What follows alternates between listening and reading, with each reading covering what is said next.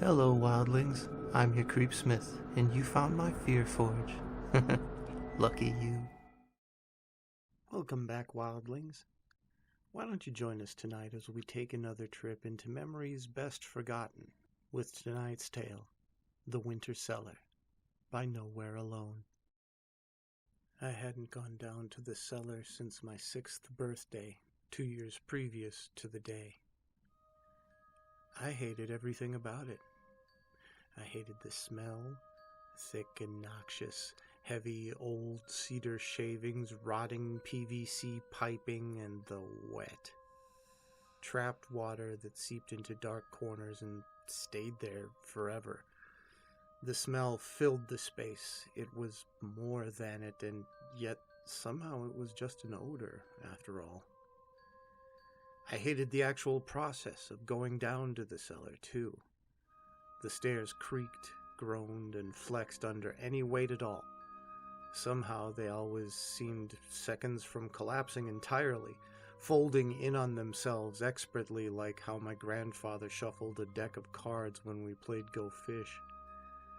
And the light. Jesus, the light. It was a singular bulb, one. Pastel yellow, flickering uncannily, and too bright in the center, glowing, beaming. It was as if that light held the center of the whole universe, the infinite expanse of time and space and whatever else there was beyond the 8 planets we'd learned in school a few weeks prior.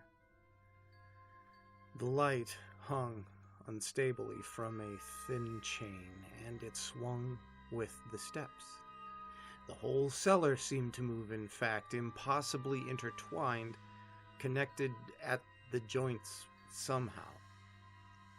It was a terrifying sight moving down those stairs into a waiting dark, the distant corners just out of vision, undefined, never fully filled by the unholy orange light that cast strange shadows against the rusted metal shelving that had once so lovingly been put in place by the previous owners and had long since been abandoned.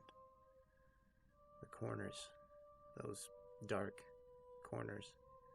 My mind filled them with abstract horrors sometimes, the things that I couldn't see, the things I didn't want to. Slippery tentacles, huddled rats, spiders with 12 legs as long as my fingers, small beady red eyes with no pupils, and once my fully formed first-grade teacher, Mrs. Jewell, Mrs. Drool, we called her, who had sent me home from recess for refusing to come inside, only this time she had 2 heads, and one of them began eating the other. When I had imagined those things, at the age of 6, the dead, horrible things that crept into every consciousness when left in the wrong kind of dark, I'd been able to shake them away with some effort as I moved down those stairs that shook and quivered and shrieked and waited to drop out from under me at any moment. There was some power in that act, closing my eyes as tightly as I could, clenching my fists and wishing the nightmares away with everything I had. When I opened them, finally, after what felt like an eternity, the dead sway was gone, the unlife and foul power that held court in that cellar. It was just a room, after all, 4 walls and a floor, man-made, built by hands just like mine, calculated and scaled with rulers and drawn with skillful precision and a good old-fashioned number 2 lead pencil. It was just a room then. I could make it just a room. Except on my 6th birthday. Everything was different that day. My dad had asked me to go down and get his black toolbox from one of the shelves so that he could fix the goddamn handle on the front of the door before my parents and cousins came over, and it jammed and we embarrassed ourselves. I hadn't fully understood the urgency of his wish, or why my dad had become so angry that day, fidgeting with screws, but I knew better than to question my old man when he started to get red in the face, even if that meant going to the cellar, even on my 6th birthday.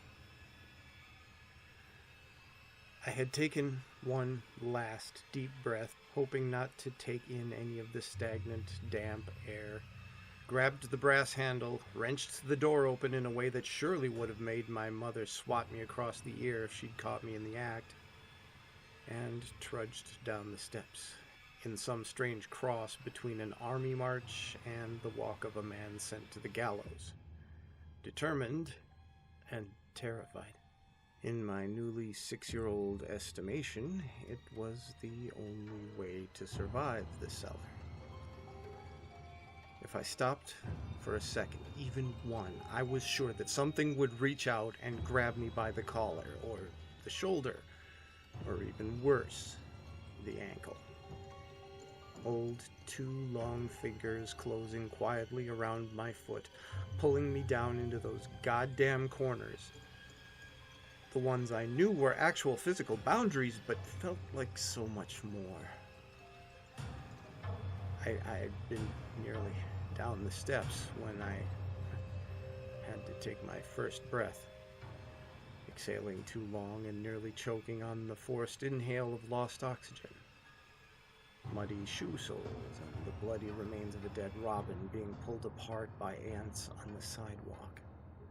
I remembered this smell most of all. Death, stillness, scary in how motionless it really was, and how trapped it all felt. I had begun to sprint downward then, rushing madly along the uneasy cement pavement that was cracked under my feet, hoping to all hope that I didn't trip and splay out, that on that one occasion I had actually managed to tie my shoelaces correctly that morning, and most of all, that nothing would reach out and grab my ankle. Nothing would be worse than that. Nothing except what I had seen then, edging out of the darkness, both silhouetted against the black and painted blood orange in the swaying light, plain as could be. A face. Not just any face, you understand. I recognized it. Curly red hair and stars of freckles that filled a galaxy on his cheeks. It was Ralphie Bynes, the too tall for his age 2nd-grade baseball player who lived 3 houses down in the brick house to the right. I didn't have time to think. Everything just moved too fast. I heard a cracking sound as Ralphie's bones broke, the heavy tear of polyester fabric as the boy was folded back and against himself, smashed together by something I couldn't make out in the black corners of the room. Ralphie didn't react as his body broke. His face didn't move at all. He was already dead. His eyes were pale and glazed over, fish eyes staring at nothing, no recognition at all. I never forgot them. What happened next, I played over in my head nearly every night, and just about any time I was left alone with my thoughts over the next 2 years. That dead, motionless face was pulled back into the shadows, slipping quickly out of view, and was lost. I heard the ripping then, of skin and muscle, shattering of bone, and hungry jaws tearing through flesh. I ran. My feet felt as heavy as lead, but I forced them up, smashing against the wooden cellar steps that shrieked and groaned under me, and I laughed. My father didn't fix the goddamn door handle on my 6th birthday. He chased me as I ran out of that cellar like a bat out of hell, past my presents and birthday cake, never truly seeing them, and onto the street as summer rain began to fall, heavy and furious, turning the once brilliant day gray and sour. Of course, my parents didn't believe me. It didn't make sense to me either, but I had to tell someone. I begged them to check the cellar, and they did. Nothing was out of the ordinary. Not a bucket or a screw out of place, no sign of struggle, no belongings or a sign of life or a death anywhere. I insisted that they call the Bynes family, and after 15 minutes of absolute hysterics, they did. No, Ralphie wasn't there. Of course he wasn't. He'd gone off to batting practice that morning, and they would see him later that evening. They assured my parents that everything was quite under control, that Ralphie followed this exact routine every day in June, and they thanked them not to get worried about their son based on a 6-year-old boy's tall tales and wild imagination. Everything was fine, they insisted. They were right. For about 3 hours.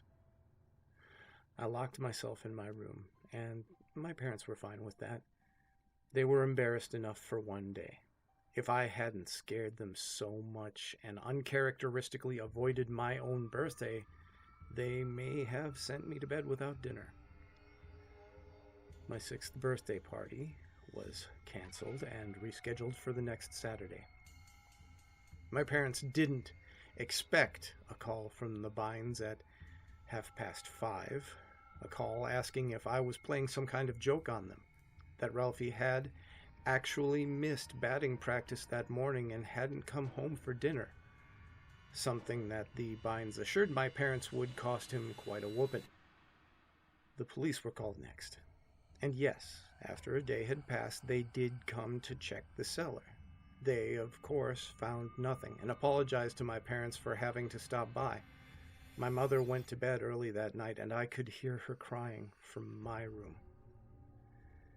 My birthday party took place 2 Saturdays later, once things had quieted down some, and I didn't go anywhere near the door that led to the cellar. All of my guests were accompanied by their parents, who never seemed to let them get out of sight. If I was honest with myself, I hadn't really cared about my birthday party anymore. But that was then. That was 2 years before. This time, I was 8. And again, it was my birthday. I had grown 4.5 inches, and sometimes I forgot about the incident entirely. That was nice, although it didn't last. Ralphie's face always found a way back into my mind. I'd grown to hate it, hate the curly red hair and the dumb freckles, hate those cold gray fish eyes that saw nothing, hate the way it made me feel afraid and small, and more than anything, hate the fact that it wouldn't leave me alone, that it reminded me of the cellar. It reminded me that whatever was in that cellar, whatever it was still there. The inexplicable thing that stayed just out of sight and crunched bones and ate little boys just like me. I shook my head and clenched my fists, feeling my uneven nails take hold and dig in there. No one had ever found Ralphie, and after a while, people stopped talking about him too. It brought up too much. It made them scared for their own children. 2 months after the incident, Ralphie's parents sold their house and moved to Iowa. I had watched them leave in a yellow rental truck from my own room on the 2nd floor, and I could have sworn I had never seen 2 sadder people in all my life. I let my eyes open after a long moment, pushing these memories away as I often did, letting the colors and the lights of the kitchen flood into my vision in a brilliant stream. Reds and blues and yellows, birthday cake, sugar frosting and rainbow sprinkles, scarlet streamers and balloons that were as big as my head. I felt safe and warm just for a moment. Maybe for the first time, truly, in 2 years. The cellar, that evil thing, was somewhere below me, but it was out of mind, as long as I kept it that way. I heard my mom's voice then, distant, calling me, inaudible except for in its quality. She wanted something from me, and there was a hint of desperation, the same way she'd call me down for supper or to take garbage out when my dad stayed at work late and she had shrimp peels or old garlic cloves to dispose of. At first it didn't register, not fully. I was surrounded and filled by color and light. It was my birthday, 8 years old. Soon I would be off to the 3rd grade, back with my friends, in class, playing tag at recess with all the new teachers to meet, and then so much more. To grow and run and play and be a boy. I heard my mom's voice again, and this time it roused me from my thoughts. Her voice was louder, though still distant, the sound indistinct and guttural as if I had heard it underwater during swim practice. This time not desperate anymore. Urgent. And then it was gone. Silence. I felt my heart begin to beat against my chest and the small hairs rise on my arms and the back of my neck. "Mom?" I called out, trying to pinpoint her location in the 2-story home as I often did when she needed me. In this, I'd become an expert over the years. I was often called to help, and I always came. I was a good boy, and I prided myself especially in taking care of my mother. "Timmy," came her voice again, crooked and piercing, almost disappointed. "Mom?" I almost shouted. "I'm down in the cellar." The words hit me like bricks. Bad bricks. Wrong. Ice crept up my spine and settled in my throat. Only 2 words came then, over and over. Mom. Cellar. Mom. Cellar. Against all my fears and childish rationalization, I ran, quickly covering the length of the kitchen and the adjacent hallway. I stopped before the open door that led down into the blackness where the one light swayed hypnotically like a tongue, and my mom called for me in a dread scream near panic. "Timmy, help!" I crossed the threshold, quickly descending 1 foot after another as the stairs buckled and heaved under me, yelling for my mother. The blackness that filled the cellar was so total, so complete, that I didn't even realize that there was a change in the light as the door to the upstairs slipped to quietly close behind me.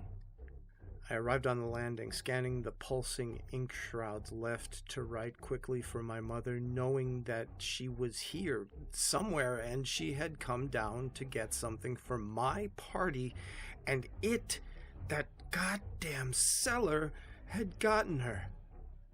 Some part of me had known this day was coming, that the place had been lying in wait, waiting to hurt me. Some part of me knew that this dark place was awake again, hungry again, the way it had been that rainy day when it snapped Ralphie's spine and carried him away. Some part of me knew that it had waited precisely for this moment. My voice cracked as I shouted for my mom into the ether. Her voice came back dry, insolent, fragmented, and near some sort of animal snarl. "Oh, what a good boy you are, Timmy." I stood, stunned, a long silence coming over the dead space and the low voice that had so perfectly impersonated my mother before. "Always looking out for your mother." I knew then that it was too late. It had me. I screamed, but it was cut short. The light bulb, too powerful in its center like an eternal sun, flickered once as it swung ominously above me, and my eyes jumped to it, clung to it, anything in the all-powerful rolling dusk, and went out forever, enveloping me in nothingness. I felt then as somehow I always knew I would. Cold bones on my ankle, porous, decaying flesh take hold there and pull, wrenching me down into those impossibly stretched corners where reality bent and failed and broke. I screamed. I felt something else too. A mouth. Rows and rows of teeth, a maw or something as close to it as I had ever felt began to crawl up my legs, devouring me like a pillowcase, climbing the length of my body, rising up to my abdomen and to my chest, and I screamed again, knowing that I only had seconds left. Soon I'd be gone, lost, left here forever in the dark, some impossible place that didn't exist, just like Ralphie Bynes. Gone, forgotten, consumed. My parents would look for me. They would cry, they would hope, but they wouldn't find anything. And soon they too would pack their belongings in a U-Haul and leave town, ashamed, scared, lost, ruined. It would be like I had never existed at all, just like Ralphie. I had to survive. Then there was a rush of light, feet pounding, light beating back the darkness, pushing back those horribly long corners and whatever gnawing evil had taken hold of my body and pinned it against the dirt floor. My parents raced down the stairs and wrapped me in their arms. I cried, and they held me as best they could. It wasn't enough for me to get the feeling of the teeth, thousands of them, tasting, not yet chewing, but oh, so close. My 8th birthday was not a happy one, but it was. And that was enough for me. A parent's worst fear is a horror that happens to their children.